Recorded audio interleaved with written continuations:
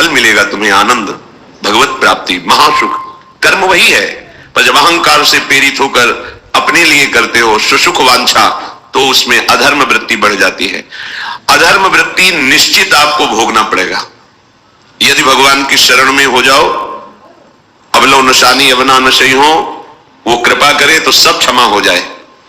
वो कह रहे कि हम तो हम सर्वपापेभ्यो मोक्षयिष्यामि मा शुचा।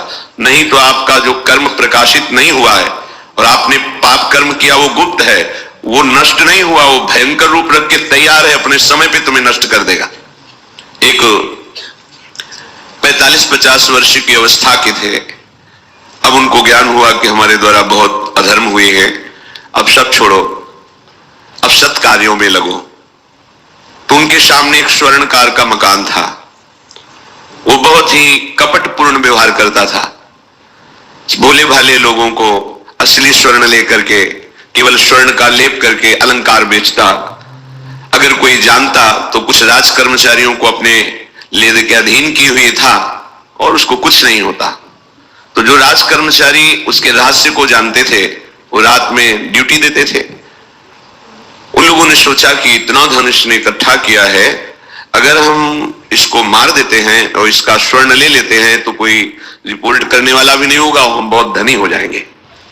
अधर्माचरण करने वाला कभी सुखी नहीं हो सकता। स्वर्णकार अधर्म आचरण कर रहा था तो उसके अधर्म आचरण में सम्मिलित होने वाले राज कर्मचारियों ने उसे मार दिया, उसका स्वर्ण ले लिया, धन ले लिया और उसे बॉक्स में बंद करके वो निकल ही रहे थे कि वो जो धर्म पे चलना ठाना था उन्होंने देख लिया, बाहर निकले, उनका ये क्या है। अब वो तो फंस गए क्योंकि बॉक्स में उसकी लाश थी और सब बैग झोला में स्वर्णाभूषण धन था। उन्होंने तुरंत उसको कहा आवाज मत दीजिएगा, देखो हम तुम्हें हिस्सा दे देंगे, ये जो धन हमारे पास है इसको हम 3 हिस्से में बांट लेंगे और इसको हम नष्ट कर देते हैं, कोई जानेगा नहीं, हम राज कर्मचारी हैं, किसी तरह का फसाव नहीं होगा। उन्होंने कहा ये मैं अधर्म का कार्य नहीं कर सकता, मैं तो अब हल्ला मचाऊंगा, सबको बुलाऊंगा और बताऊंगा कि तुमने इसकी हत्या की है और इसका धन अपहरण कर रहे थे। अब राज कर्मचारी उन्होंने सोचा हमारी ड्यूटी भी जाएगी, धन भी जाएगा, सजा भी मिलेगी। दोनों ने इशारे में ही बात कर ली और हल्ला मचा के दौड़ पाए, पकड़ो इसे, पकड़ो, जाने ना पाए। उसे पकड़ लिया, लोग इकट्ठा हुए, क्या हुआ, देखो ये धन अपहरण करके जा रहा था, इसकी हत्या कर दी। तो हम लोग गश्त लगा रहे थे तो हमें शंका हुई, आए तो देखा ये पकड़ा गया, जो धर्म से चल रहा था उसको पकड़ लिया। अब तो प्रमाण, राज कर्मचारी खुद गवाही देने के लिए तैयार था, जिसकी कसम खवाओ हम कसम खा लेते हैं, हमने बिल्कुल ये कार्य नहीं किया, ये लोग ये कार्य कर रहे थे, हमने इनको रोका तो इन्होंने मुझे साझेदारी के लिए, पर मैंने वो स्वीकार नहीं किया तो फिर इन्होंने ऐसा किया। पर उसकी कौन बात माने, राज कर्मचारी गवाही, मुकदमा लंबा खिंचा, उसे जेल में रखा गया। हर बार आके वो यही प्रार्थना करता, कई वर्ष तक चलता रहता मुकदमा, जेल का उसे बड़ा कष्ट भोगना पड़ता। वो विचार करता कि मैं अगर हिस्सा ले लेता तो बच जाता, लेकिन धर्म से चल रहा था तो देखो मुझे कष्ट भोगना पड़ा। मुझे लगता है भगवान के दरबार में न्याय नहीं है, धर्म रक्षा नहीं करता, ऐसा लगता है।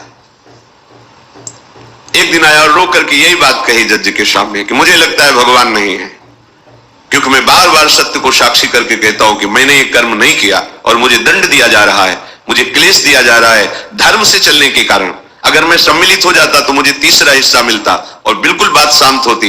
ये क्या धर्म है, कहां भगवान है। जज ने इस पर गौर किया, कई वर्ष वो जेल भोगता रहा, मुकदमा चलता रहा। तब जज ने गौर किया कि बार बार ये कहता है इसकी जांच की जाए, तो हत्याकांड होते ही रहते हैं। एक शव आया वहां,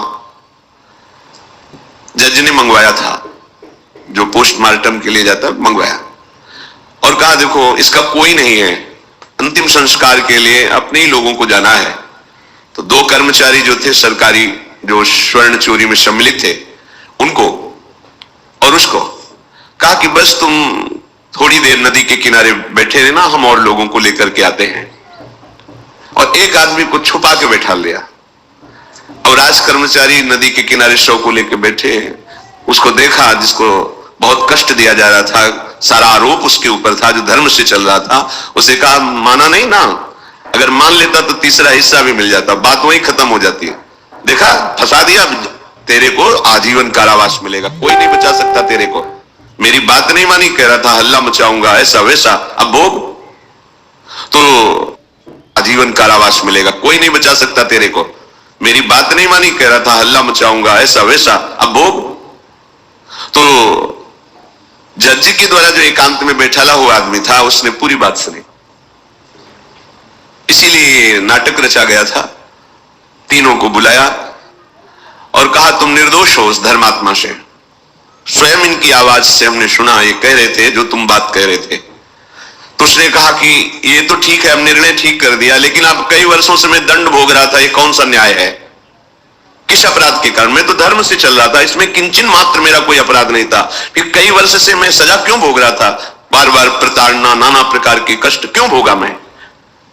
जज ने कहा तुम हृदय को साक्षी करके बताओ, क्या कोई ऐसा अपराध किया है जिसका प्रकाश ना हुआ और तुम्हें दंड ना मिला हो? हम अब उसका कोई दंड थोड़ी तुम्हें देंगे, लेकिन तुम्हारे अंदर जो भगवान के प्रति आरोप है उसका निराकरण हो जाएगा। उसने कहा हाँ, यौवन अवस्था में मैंने किसी स्त्री को ऐसा ऐसा, और वो विरोध करने पर भी उसे मार दिया और आज तक बात कोई प्रकाशित नहीं हुई। तो बोले फिर भगवान को क्यों दोष देते हो? वो कर्म तुम्हारा दंड अगर मिल जाता तो नष्ट हो जाता, वो कर्म सुरक्षित है, उसी कर्म ने तुम्हें यहां अधर्म ना होने पर भी फंसाया और देखो तुम्हें भोगना पड़ा। तो निश्चित समझो, यदि आप अधर्म के द्वारा कोई भी सुख साधन करेंगे तो आप नष्ट होंगे। अधर्म के द्वारा आप धन आदि छीनना चाहेंगे तो आप नष्ट होंगे। अधर्म कर दिया है और उसका प्रायश्चित नहीं हुआ तो वो कर्म सुरक्षित है। ऐसी जगह फंसाएगा जहां 100% आपने कोई अपराध नहीं किया पर आपको उसका दंड भोगना पड़ेगा। फिर आपको लगेगा कि न्याय में अन्याय हो रहा है, कोई भगवान नहीं है, देखो मैंने बिल्कुल कसम खा के कहता हूं पाप नहीं किया। पर ये पाप का जो आरोप लगा वो पूर्व पाप आकर के तुम्हें दंडित कर रहा है। अब इस कर्म विधान को ये बहिर्मुख लोग क्या जानते हैं? तभी कहते हैं अरे कहां भगवान, कैसे भगवान? आज तुम धर्म से चल रहे हो, लेकिन कल तुमने जो कर्म किया तो तुम शरणागत होकर भजन के द्वारा उसको नष्ट नहीं किया ना, तो सुरक्षित है। अवश्य में भोक्तव्यम कृतम कर्म शुभाशुभम। इसलिए श्री भगवान आदेश कर रहे यज्ञार्थात् कर्मणोन्यत्र लोकोयम कर्म बंधनः तदर्थम कर्म कौन्ते मुक्त संगः समाचर। मुक्त हो जाओगे, न काम तुम्हें अधीन कर पाएगा, न पाप अधीन कर पाएगा, परमानंद में डूब जाओगे। केवल प्रभु के लिए कर्म करो। ये अगरबत्ती, धूपबत्ती, आरती, पूजा प्रभु को अपना नहीं माना तो ये थोड़ा शुभ कर्म बन गया, बस ये तुम्हारा प्रायश्चित नहीं होगा। जो तुमने अधर्माचरण के अगरबत्ती धूपबत्ती से खत्म होने वाले नहीं हैं, उनके लिए तुम्हें नाम जप करना पड़ेगा, नाम कीर्तन करना पड़ेगा। नाम कीर्तनम यस्य सर्व पाप प्रणाशनम, समस्त पापों का नाश करने में समर्थ है। राधा राधा राधा, कृष्ण कृष्ण कृष्ण, गोविंद गोविंद गोविंद।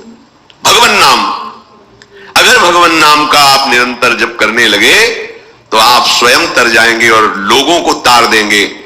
मम भक्तियुक्तो भुवनम पुनात् सतरति सतरति स लोकान् तारयति। जो भी कर्म कर रहे हो वो भगवान के लिए भावना करो, उस कर्म को भगवान को समर्पित करो, तो तुमसे पापाचरण नहीं होगा। जो पापाचरण हो गए हैं 10 मिनट केवल बैठ करके अपने घर में ही ताली बजा के मंजीरा लेकर के, इसे नाटक मत समझो, आडंबर मत समझो। नहीं, जो आडंबर और नाटक किए हैं ना, वो जब अपना नाटक फैलाएंगे तो तुम उस नाटक से निकल नहीं पाओगे। माया का नाटक है। भगवान नाम कीर्तन, ये जो लोग कहते हैं ना कि भगवान तो हृदय में बैठे, दिखावे की क्या जरूरत है? अगर इतना बोध हो चुका है भगवान हृदय में बैठे, तब तो आप सिद्ध हो गए। केवल वाणी से बोल रहे हो, मन मानी आचरण कर रहे हो, दुर्गति को प्राप्त हो रहे हो, तो है ना सबके हृदय क्षत विकारी पर सकल जीव जग दीन दुखारी। भगवान नाम कीर्तन, ये जो लोग कहते हैं ना कि भगवान तो हृदय में बैठे, दिखावे की क्या जरूरत है? अगर इतना बोध हो चुका है भगवान हृदय में बैठे, तब तो आप सिद्ध हो गए। केवल वाणी से बोल रहे हो, मन मानी आचरण कर रहे हो, दुर्गति को प्राप्त हो रहे हो, तो है ना सबके हृदय क्षत विकारी पर सकल जीव जग दीन दुखारी। सबके हृदय में बैठा है पर दुर्दशा रोक रहा है क्या वो? क्यों? क्योंकि तुम केवल बातों से कहते हो सबके हृदय में बैठा है। ऐसा अनुभव किया? अगर ऐसा अनुभव किया तो व्यभिचार किसके साथ करते हो, चोरी किसकी करते हो, हिंसा की, कपट किससे, द्वेष किससे? बस केवल बातों से बात नहीं बनती। ये कर्म बातों से नष्ट नहीं होता, इसके लिए अनुष्ठान करना होगा नाम का। चाहे जैसी परिस्थिति हो, चाहे जो हो, जैसे भी हो, तुम्हारा मंगल होगा। अहोबत स्वपचतो गरीयान यज्जिभ्यागे वर्तते नाम तुभ्यम। वो नीच आचरण करने वाला, अभक्ष पदार्थ खाने वाला भी यदि भगवान नाम उच्चारण करता है तो परम पावन हो जाता। अहो, आश्चर्य की बात, बड़े बड़े प्रायश्चित जिसे पावन नहीं कर सकते, भगवान नाम उसे पावन कर देता है। जैसी हरिवंश विचार के मनुज देह गुरु शरण गए,